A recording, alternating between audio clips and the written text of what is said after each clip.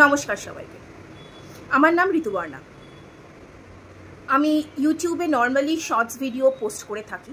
এটা আমার প্রথম লং ভিডিও আমি ইউটিউবে পোস্ট করব। সাধারণত আমি এন্টারটেনমেন্টের জন্যই ভিডিও বানিয়ে থাকি, কিন্তু আমার মনে হলো যে কিছু জীবনের কথা মনে হয় শেয়ার করে নেওয়াটা খুব জরুরি। এটাতে আমারও মন কিছুটা হালকা থাকে, আর কোনোভাবে যদি আপনারা এতে উপকৃত হন তাহলে আমার খুব ভালো লাগবে। আজকে আমি যে বিষয়টা নিয়ে কথা বলবো সেটার সঙ্গে বহু মানুষ খুব ইজিলি রিলেট করে। সেটা হচ্ছে আমাদের জীবনের বিভিন্ন ট্রিগার পয়েন্টসটা কি? আমাদের অল্প বিস্তর আমরা প্রত্যেকেই জীবনের অনেক ক্ষেত্রে নানা রকমভাবে ট্রিগার্ড হয়ে থাকি। কেউ কিছু একটা বলে দিল, কারোর কোনো কথা খারাপ লাগলো, কারোর কোনো জেস্চার খারাপ লাগলো, কারোর ব্যবহার খারাপ লাগলো, আমরা অল্পতেই রিয়্যাক্ট করে ফেলি। কখনো হয়তো খুব রেগে গেলাম, কখনো হয়তো তাকে বাজে কথা শুনিয়ে দিলাম, কখনো হয়তো সেই রাগটা ভেতরে ভেতরে পুষে রাখলাম, কখনো হয়তো তার সঙ্গে একটা বাকবিতণ্ডা হয়ে গেল। কাজেই এরকম কম বেশি সবার জীবনে হয়ে থাকে। কোনো কোনো মানুষ আছেন যারা খুব অল্পতেই ট্রিগার্ড হয়ে যান, যেমন আমি। মানে এটা আমার বলতে কোনো লজ্জা নেই। আমি একটা মানুষ ছিলাম যে খুব অল্পতেই ট্রিগার্ড হয়ে যেতাম। মানে কেউ আমাকে একটা অপমানজনক কোনো কথা বললে আমি ভীষণ ভিতর কষ্ট পেতাম, এবং যতক্ষণ না পর্যন্ত তার সঙ্গে এইটা নিয়ে সামনাসামনি আলোচনা করব আমি মনে মনে ভীষণ কষ্ট পেতাম। এই ভিডিওটা বানানোর জন্য আমি মনে হয় সব থেকে খারাপ লোক, কিন্তু দিনের অনেক পরিশ্রমে আমি এইটাকে কাটিয়ে উঠেছি। কিভাবে কাটিয়ে উঠেছি সেটাই আজকে বলবো। প্রথম কথা হলো ছোট থেকেই আমি দেখে এসেছি আমার মা একটা অত্যন্ত শান্ত মানুষ। আমার মাকে কোনোভাবেই কোনোদিন আমি ট্রিগার্ড হতে দেখিনি। যা হয় সংসার সামলাতে গেলে তাকেও প্রচুর ঝড় ঝাপটা বহু কিছুর মধ্যে দিয়েই যেতে হয়েছে, কিন্তু ছোট থেকে আমি একটা জিনিস দেখেছি, আমার মাকে কেউ কোনোদিনও ট্রিগার করতে পারে না।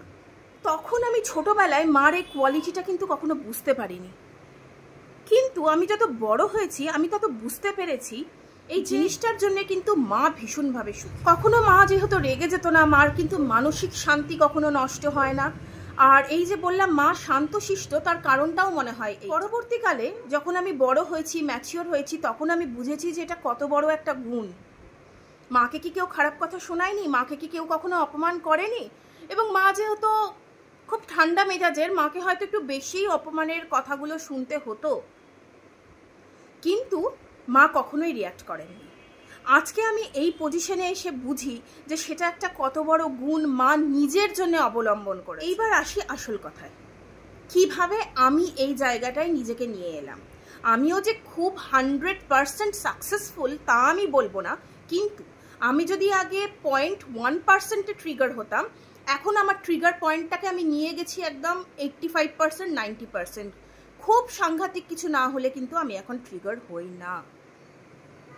তার জন্য প্রথম আমি বলবো যে জিনিসটা আমি অবলম্বন করেছি, আপনারা চেষ্টা করতে পারেন, এটা ট্রাইড অ্যান্ড টেস্টেড। সেটা হলো আপনি দেখবেন আপনার চারপাশে কিছু মানুষ আছে যারা ইচ্ছা করে আপনাকে বিরক্ত করা, কিংবা আপনি যেটাতে অপমান হবেন, কিংবা আপনি যেটাতে খারাপ থাকবেন সেই কথাগুলো বলবেন। এই ক্ষেত্রে আমি মনে করি সেটা তারা পাড়া প্রতিবেশী হতে পারে, আত্মীয় স্বজন তো নিশ্চয়ই অনেক পরিমাণেই অনেকের মধ্যে এই ব্যাপারটা থাকবে যে বেশি সংখ্যক আত্মীয় স্বজনই ভীষণ টক্সিক। আর কিছু সোকল্ড বন্ধু বান্ধব যাদেরকে আমরা অনেক পরে চিনতে পারি, তারাও আমাদের আশপাশে এমনভাবে থাকে তারা সময় সুযোগ মতো তাদের এই খোলসটা থেকে বেরিয়ে আসে। সেরকম মানুষজনের সঙ্গে ডিল করার জন্যে সব থেকে ভালো উপায় হচ্ছে তাদেরকে ইগনোর করা। আমরা অনেকখানেই শুনি, সোশ্যাল মিডিয়ায় দেখি যে ইগনোরেন্স ইজ এ ব্লিস। মাঝে মধ্যে নয়, অনেক ক্ষেত্রেই কিন্তু সত্যি তাই। ইগনোরেন্স কিন্তু ব্লিস। আপনি ইগনোর করলে দেখবেন তারা কিন্তু আস্তে আস্তে আস্তে আস্তে তাদের যে এই প্রবণতাটা তারা কমাচ্ছে, কারণ তারা তো আপনাকে হার্ট করতে পারছে না। ধরুন আপনাকে কেউ একটা এরকম অপমানসূচক কথা বলল, আপনি হয় সেখান থেকে সরে যান, কিংবা যদি খুব অপমানসূচক সেটা না হয়, মানে যেটা আপনি সহ্য করতে পারছেন না, তাহলে হালকা একটা কিছু, খুব লাইট কিছু, ও আচ্ছা আচ্ছা তাই নাকি, বলে সরে পড়ুন, আর সব থেকে ভালো হয় কোনো কিছু না বলে সরে পড়া। আর একটা কথা আমি বলি, এই ধরনের লোকজনদেরকে যত অ্যাভয়েড করা যায় তত ভালো। অনেক ক্ষেত্রে এরকম হয়, কিছু কিছু মানুষের সঙ্গে আমাদের রেগুলার কথোপকথন করতে হয়, যেমন অফিসে, সেখানে তো আর কথা না বলে থাকা যায় না।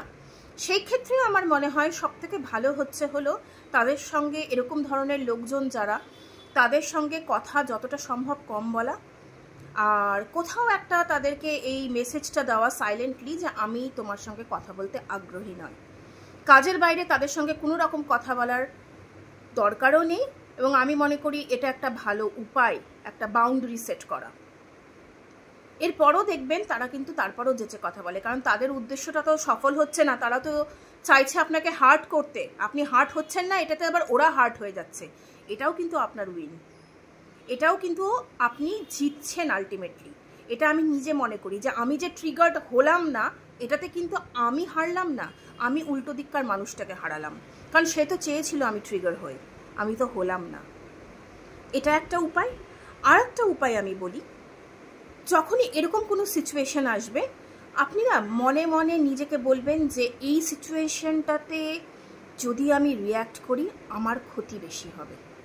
যখনই দেখবেন আপনি মাইন্ডকে এটা বোঝাতে পারছেন যে আমি বেশি ক্ষতি হবে, এটাতে আমার বেশি ক্ষতি হবে, রাদার দেন উল্টো লোকটাকে আমি দুটো কথা বলে কিংবা তার সঙ্গে কোনো রকম বাকবিতণ্ডায় জড়িয়ে আমি যতটা না বেশি মানসিক শান্তি পাবো, তার থেকে বেশি আমি মানসিক অশান্তি ডেকে আনবো।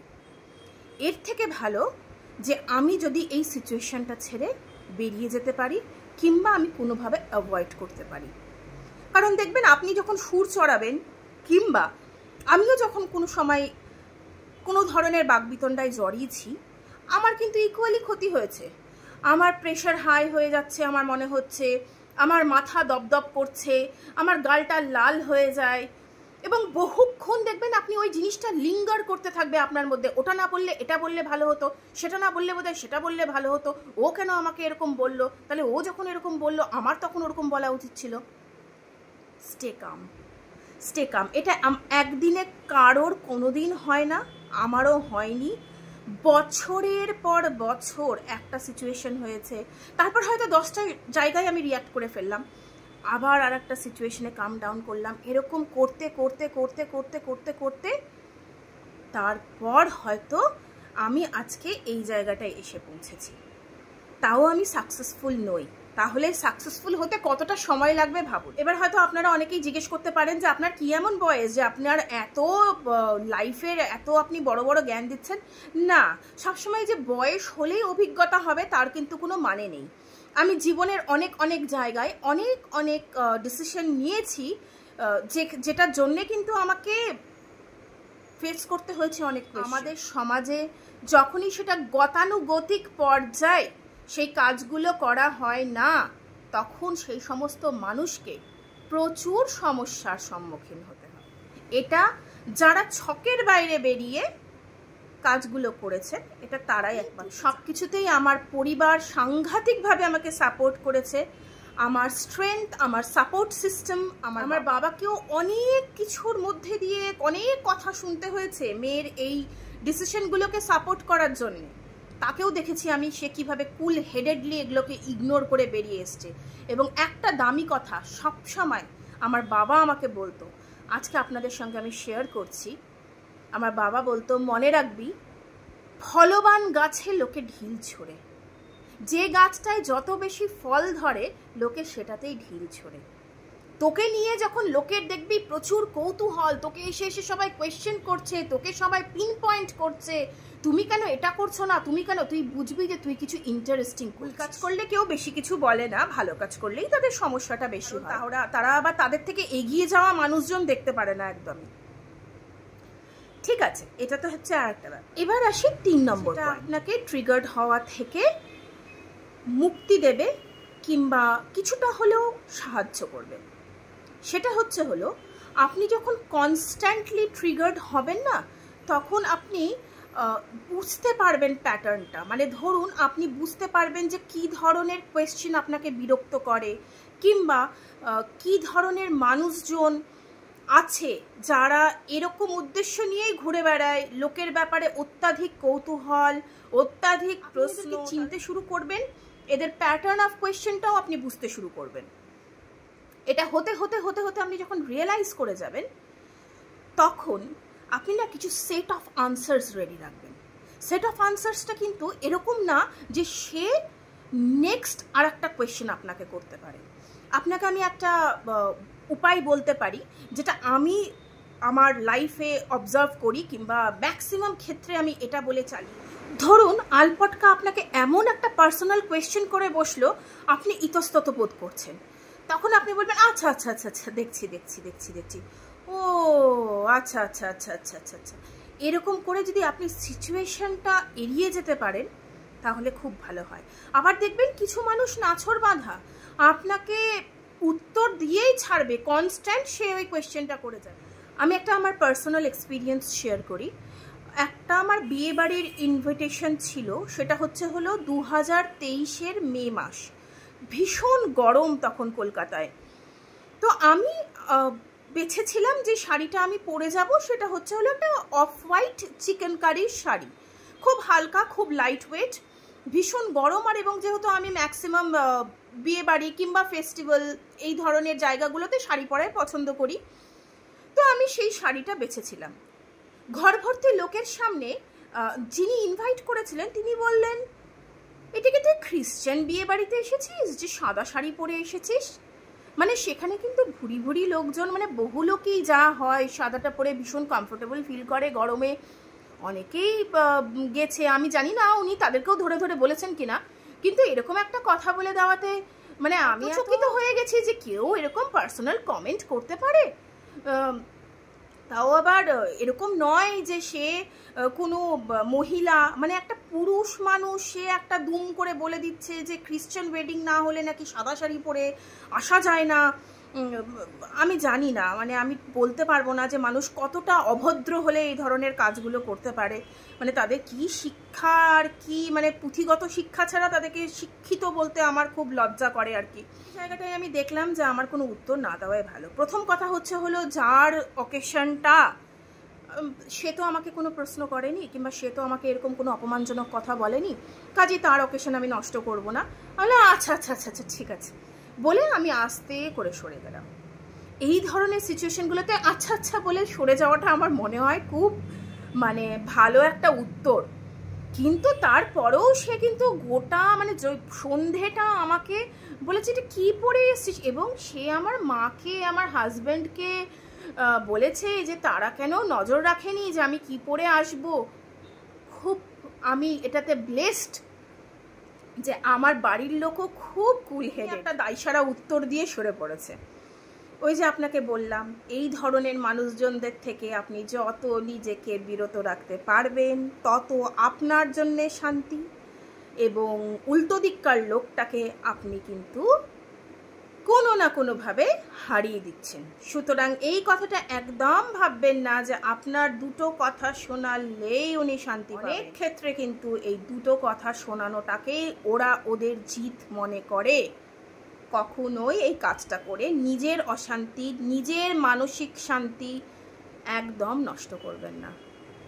আশা করি আমার এই ভিডিওটা আপনাদের ভালো লাগলো। আরও যদি কোনো কিছুর ব্যাপারে আপনারা জানতে চান আমাকে অবশ্যই কমেন্ট করবেন। আবার দেখা হবে। সবাই খুব ভালো থাকবেন। নমস্কার।